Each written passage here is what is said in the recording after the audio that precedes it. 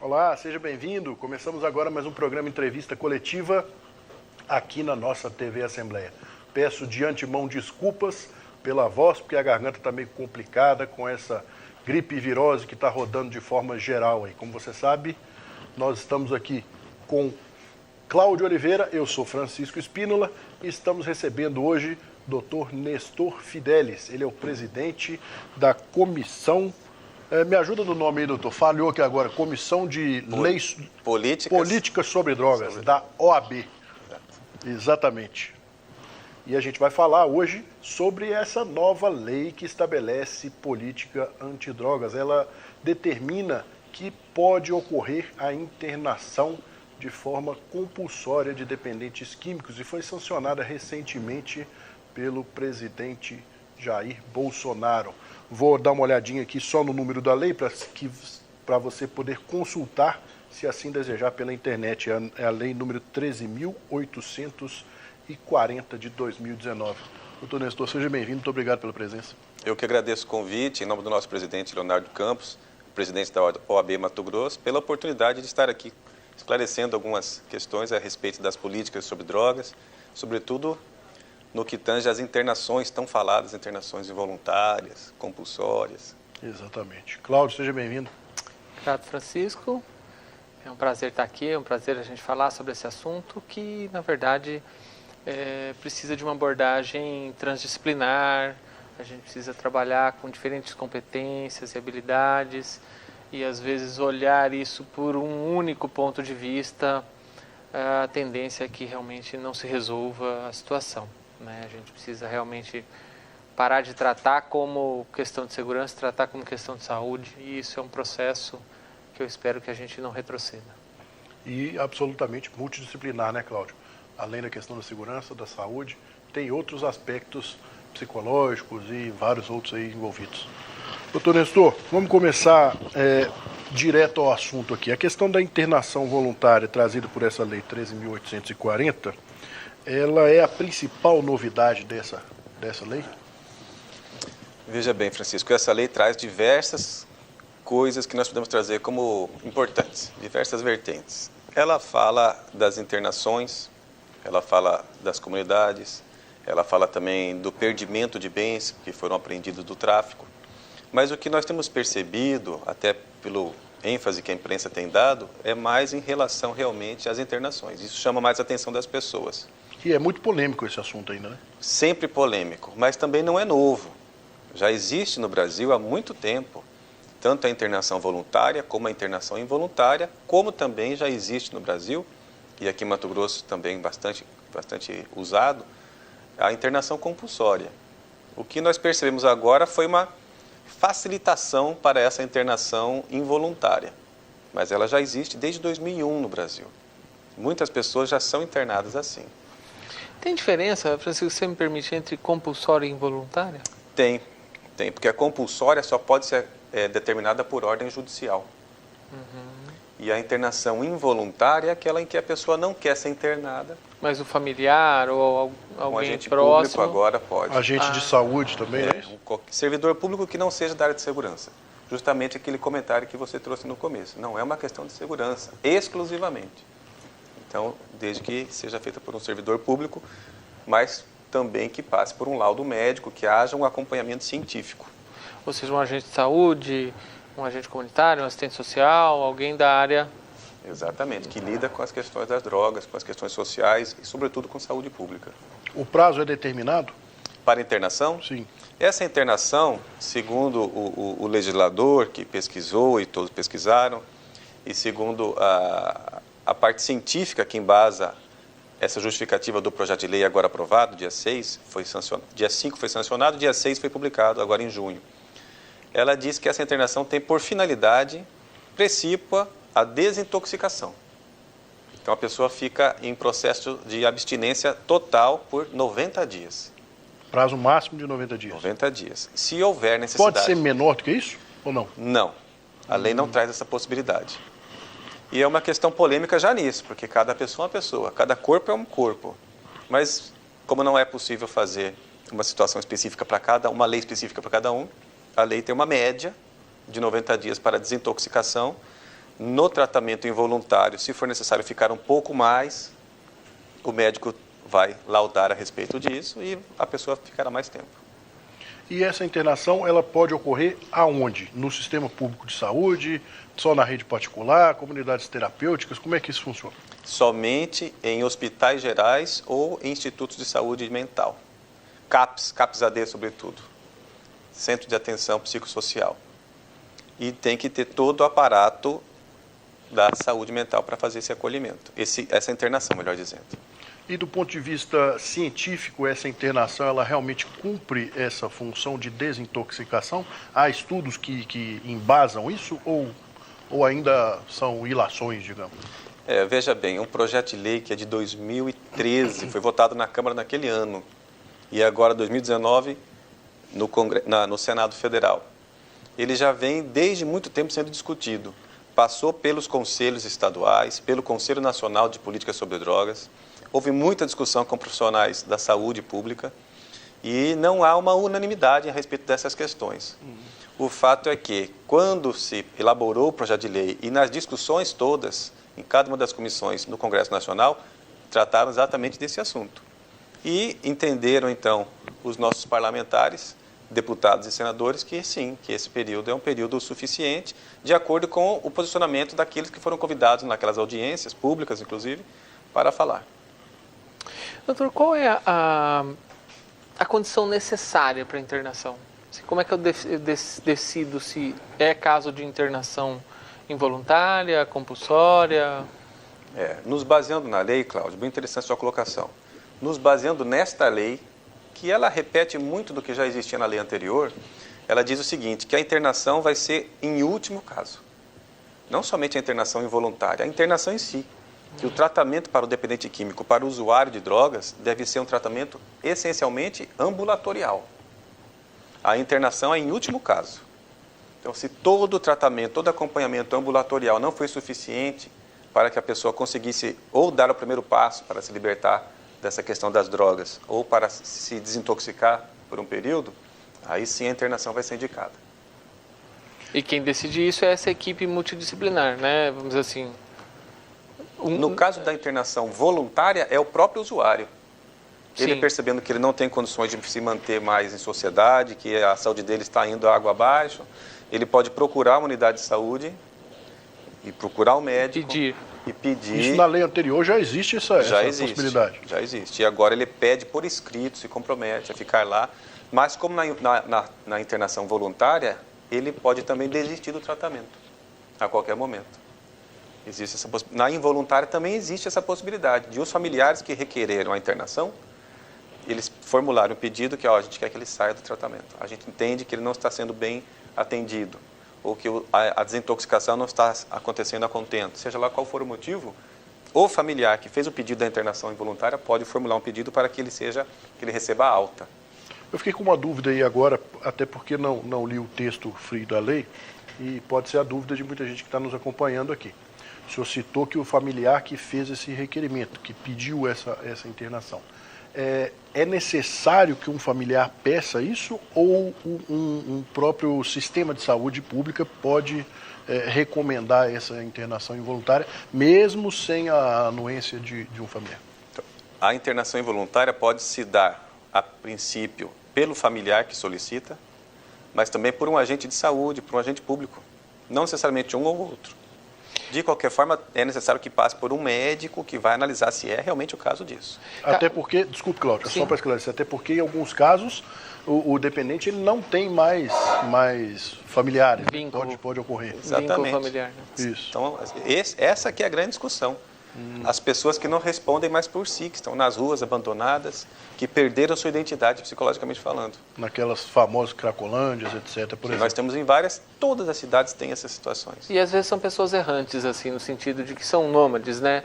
Já não estão na cidade dos pais, já não convivem com os familiares há um tempo, né? Agora, nesse caso da involuntária, você falou assim, que é possível que o familiar possa retirar, né? Então, quer dizer, não é obrigatório os 90 dias. O agente público também teria esse condão, quer dizer, a possibilidade de retirar, de pedir? Não, porque eu fiquei na dúvida. Só o familiar. Quando ela é feita involuntária pelo familiar, o familiar pode retirar. Ele pode. No caso, quando é um agente público, vai ficar os 90 dias. Isso. Compulsório também, idem, mesma coisa, ficam os 90 dias. Exato. A não ser que o responsável médico entenda que não é o caso. Aí, a qualquer momento, ele pode interromper o tratamento. Ah, sim, correto. Doutor, eu queria entender também um outro aspecto aqui relativo ao impacto que isso pode ter no nosso sistema de saúde público, que já anda mal das pernas, né? Aqui em Mato Grosso principalmente, mas no Brasil inteiro é unânime essa reclamação. Gera muito custo essa internação? Sem dúvida que gera muito custo e muitas discussões a respeito disso.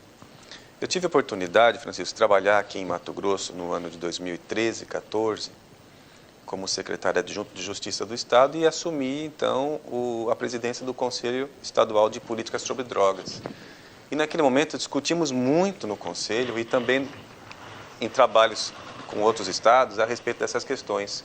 Porque naquele momento se investia, nós contratávamos, Estado de Mato Grosso, contratávamos vagas em comunidades terapêuticas para receber aquelas pessoas que queriam passar pelo tratamento. Que não se chama tratamento, que se chama tecnicamente acolhimento. O que a comunidade terapêutica faz não é isso. E houve muita discussão a respeito disso, porque os profissionais da saúde pública, com toda razão, reclamavam. Como é que o Estado investe em comunidades terapêuticas, que só agora em 2019 foram legalizadas, reconhecidas por lei, e não investe o mesmo recurso em saúde pública? E realmente é uma falha nesse sentido. Então, o que acontece? Há discussões que não têm fim a respeito desse assunto. Porque, infelizmente, não é privilégio, podemos dizer assim, de Mato Grosso. Eu tenho conversado com colegas de outros estados, temos muito acesso a pessoas, tanto advogados como profissionais que trabalham em outras áreas das políticas sobre drogas, e a grande reclamação é justamente isso. É como o ECA, o Estatuto da Criança e Adolescente. É uma lei perfeita e exemplo para todo o planeta. Mas é preciso se instrumentalizar para que esses direitos da criança e do adolescente se tornem realidade. Então, nós percebemos que hoje há muito por fazer. Agora temos a lei. Agora, além da lei, precisamos de recursos, não somente financeiros, mas recursos profissionais, de atenção, de carinho para com a saúde mental, para com essa situação. Nós tínhamos, Francisco, já te interrompi um pouquinho, nós tínhamos em 2003, tivemos participando do lançamento do programa CRAC É Possível Vencer, que é um programa do governo federal envolvendo os estados todos, Distrito Federal e municípios com mais de 200 mil habitantes. Então, aqui em Mato Grosso, Rondonópolis, Várzea Grande e Cuiabá entraram no programa CRAC É Possível Vencer, recebendo orientação, instrução, capacitação para profissionais que lidam com as pessoas, sobretudo as pessoas que ficam na rua. Então, profissionais da Guarda Municipal de Várzea Grande, das polícias, civil, militar, federal, todos foram treinados aqui pela UFMT. Mas também houve uma preparação toda das instituições no âmbito da prevenção, como também houve o recebimento por Mato Grosso e por essas cidades de equipamentos de segurança pública para lidar especialmente com as pessoas que cuidam com as drogas. Então, armas não letais vieram vans, câmeras espalhadas pelas cidades, para que pudesse haver o monitoramento, sobretudo das cracolândias.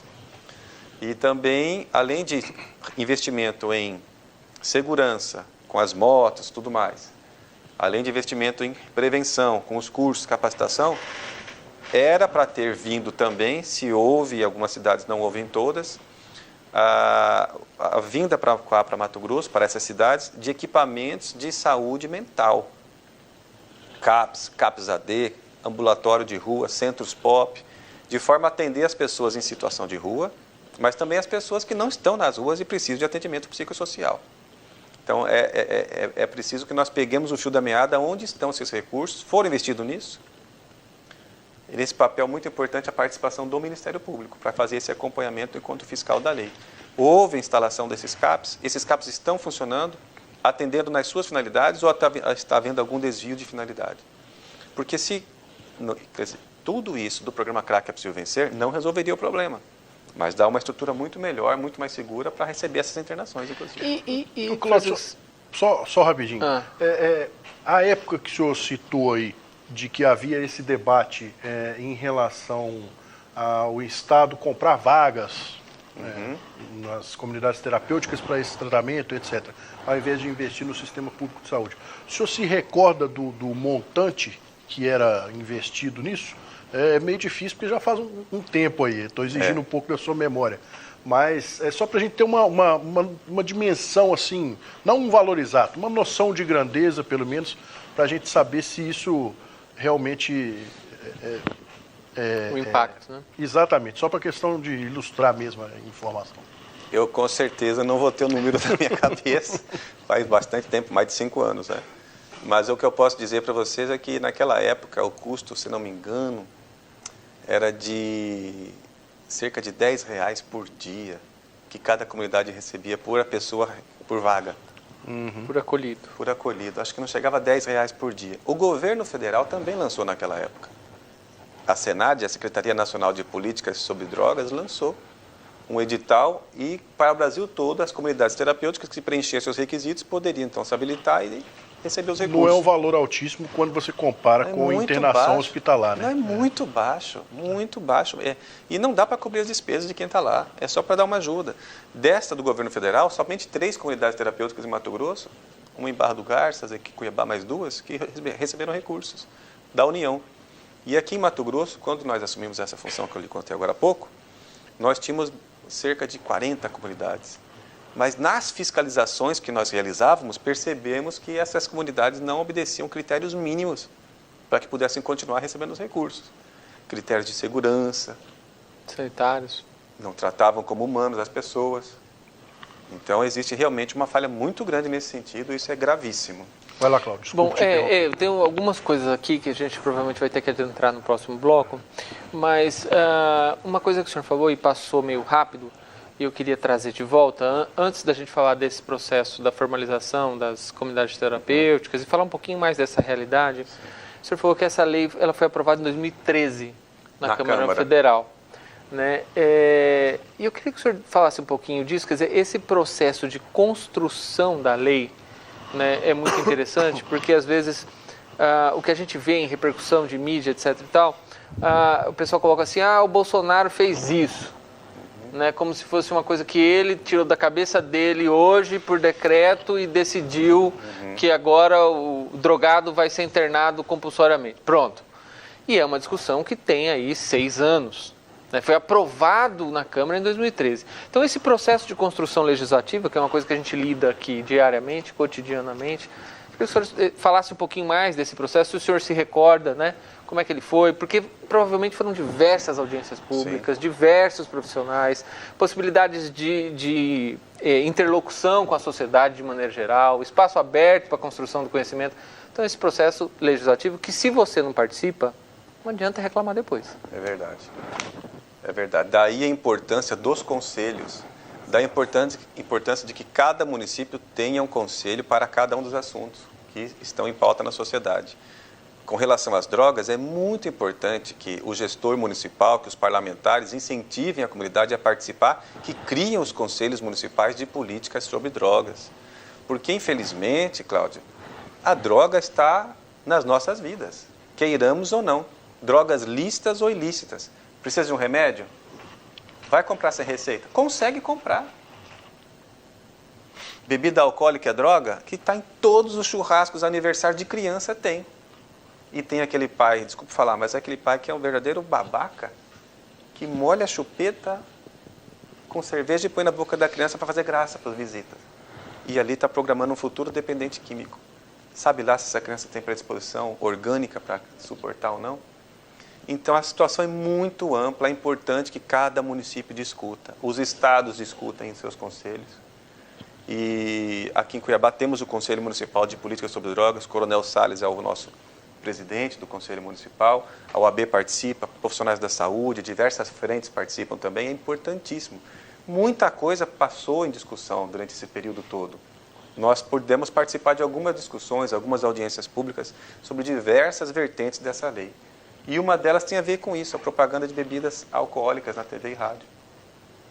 que havia um acordo do Colégio de Líderes para que não fosse permitido mais, e havia um dispositivo no projeto de lei, para que não fosse mais permitida a propaganda de cerveja, de pinga, de cachaça, de uísque, na televisão e no rádio. Porque nós percebemos que qual que é o público maior para o qual essa propaganda é direcionada? Jovem. Jovem e criança. Me recordo de quando eu era mais novo, isso não tem muito tempo, que na televisão tinha propaganda... Há controvérsias nessa afirmativa. A propaganda de Hollywood, o sucesso, lembra disso? O cara surfando, outro na cama. E era propaganda de cigarro. Me recordo de um tempo atrás também o Rivelino, driblando 1, 2, 3 e botava ele lá com cigarro Continental. Quem que não queria driblar como corintiano o Rivelino? Então vejamos que a propaganda é direcionada para crianças. E quais são as propagandas mais bem produzidas? Mais premiadas? Sim, é muito dinheiro que rola. Muito dinheiro. Aquela moça da cerveja Verão é um monumento de mulher. Os homens ficam encantados, mas também passa o homem saradão, fortão, as mulheres gostam. Ou seja, chama atenção, atrai, e no final a pessoa toma a bebida alcoólica, que é a droga. É a droga que mais mata, que mais destrói as famílias, que incentiva a entrar em outras drogas. Sem falar no tal do merchandising, né, doutor? Que ocorre durante a programação normal ali, em novelas, etc. A gente precisa fazer um intervalo para o segundo bloco, mas eu quero registrar, até para complementar a questão que o Cláudio levantou aí do processo legislativo, essa lei que foi sancionada pelo presidente Jair Bolsonaro é oriunda de um projeto de lei proposto pelo deputado Osmar Terra, que hoje é ministro, inclusive. Nós, no segundo bloco, vamos falar muito sobre a questão das comunidades terapêuticas e outros assuntos interessantes. Nosso intervalo é bem rapidinho, a gente volta já.